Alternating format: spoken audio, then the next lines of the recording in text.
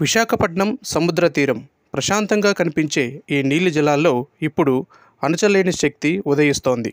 శత్రు దేశాల మానవరహిత డ్రోన్లు, యుద్ధ యంత్రాలు భారత జలాల్లోకి ప్రవేశించకుండా అడ్డుకునే నూతన సాంకేతికతకు విశాఖ తీరమే వేదిక అయింది. ఇటీవల పాకిస్తాన్ దేశం భారత వైమానిక పరిధిలో డ్రోన్లను పంపి నిఘా పెట్టే యత్నం చేసింది. కానీ భారత రక్షణ వ్యవస్థ వాటిని వాయు సమాధి చేసింది.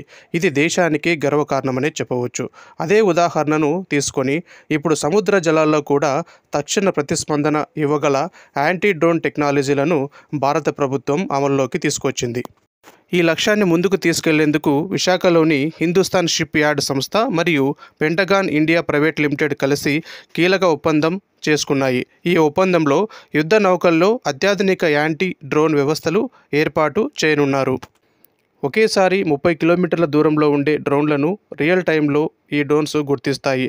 డ్రోన్ కదలిక చూడగానే వెంటనే ప్రతిస్పందిస్తుంది. 400 మెగాహెర్ట్జ్ నుంచి 600 మెగాహెర్ట్జ్ స్పెక్ట్రమ్ పరిధిలో సమాచారాన్ని పంపించి ప్రధాన కమాండ్ కేంద్రానికి తక్షణ సూచనలు పంపిస్తోంది. ఇప్పటి వరకు ఉన్న షార్ట్ రేంజ్ వ్యవస్థలు కేవలం 4 నుంచి 5 కిలోమీటర్ల వరకు పనిచేస్తే ఇది ఆ 2 రెట్లు ఎక్కువగా పరిధిలో పనిచేస్తుంది. ఇది కేవలం టెక్నాలజీ ఒప్పందం మాత్రమే కాదు, భారత సముద్ర భద్రతకు నిలువెత్తు కోట.